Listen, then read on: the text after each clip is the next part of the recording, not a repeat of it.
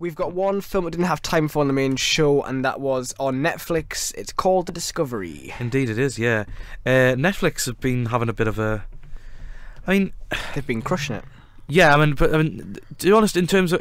for every Beast of No Nation that we review for a Netflix film, we have to do the do-over. But then again, there was also the French one.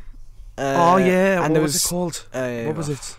Divines. Yeah, I love that. And there was 13th as well. Yeah, 13th as well. So, there's more bad than good. Barry was good as well. Yeah, Barry was good. I want to see that one with Ricky Gervais and Eric Bana, but I've heard it's special correspondence. Yeah, it's supposed to be terrible. Oh, great stuff. So The Discovery is a film that in the near future, Robert Redford's character, Dr. Thomas Harper, essentially discovers the afterlife, and this naturally makes everyone go a bit crazy. And some people have decided that their life isn't worth living, and they just want to commit suicide so they can find out whatever it is on the other side, good or bad, so they can have a new start in life, while others have joined sort of cults, and others have just basically accepted it. And his son Will, played by Jason Segel, goes to the island that Robert Redford has secluded himself on, and he bumps into Rooney Mara's Isla on the way as well, and they basically both go to his place, where it turns out that Robert Redford has a new discovery which will change the world even more than it already has. Where do you begin with this film? Because I don't know, really. It's very dour. Very dour. I think that's a good way to describe it. It felt like a struggle. It's an hour and 40. Bear in mind, it's on Netflix as well, so it's easily distracted. I can do it something else. And I think it was a lot of pausing. One of my biggest crutches in films a lot of the time is when it's got empty atmosphere. A lot of setup, a lot of sort of like ambiguous build, a lot of things going on but not much sort of payoff. I know people have said that's sort of a bad thing about A Cure for Wellness earlier this year, but I didn't feel that way at all. It wasn't great, but I think it was a very, very interesting film. And Personal Shopper as well, that's one that was more frustrating than A Cure for Wellness, because no answers.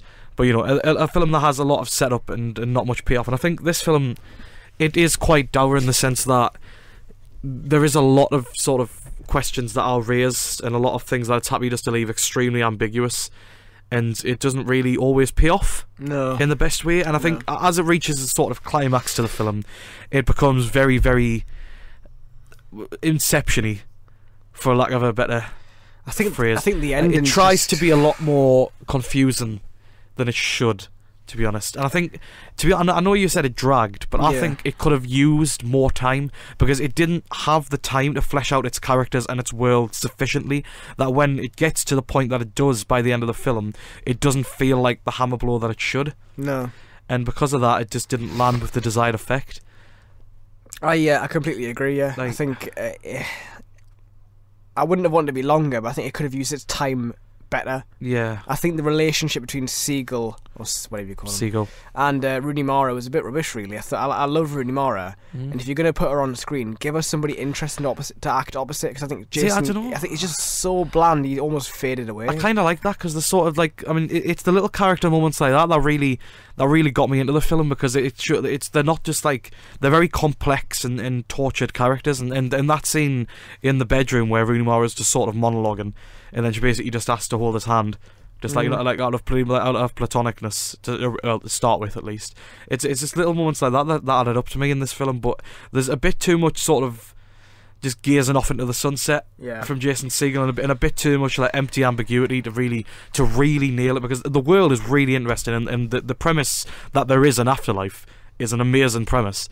But it just doesn't really stick as much as it should, because this should be not just a good film, this should be a great film. Yeah, I agree. But in the end, I think it was just good. I enjoyed it. I think it does really get emotional by the end, and there's a lot of sort of heavy-hitting moments, but there's a lot of this film that just feels very underdeveloped, underwritten, and it just doesn't land with the desired effect most of the time because of that, because it just doesn't have the room to breathe. And I do agree with you about Jason Segel. While I did like his character, there is just a lot of him just looking angsty or tortured, which, that's his character, but less of that, more of the world building, and more relationship building.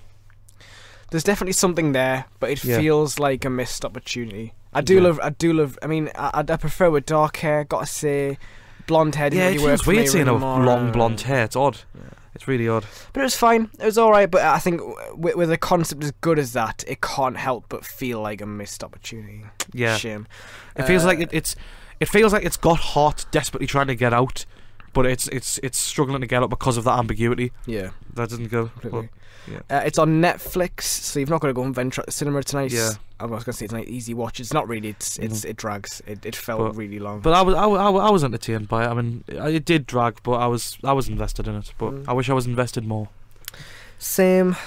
But that's what you can get. I mean, Netflix is I mean, it probably wouldn't make much in cinemas, to be all honest. I think Netflix is the right place for it. I mean, it probably makes $7. I don't think it would have opened anywhere near here. We'll make $7 in a cinema in Burnley. Maybe it would have opened in Burnley. But, $7.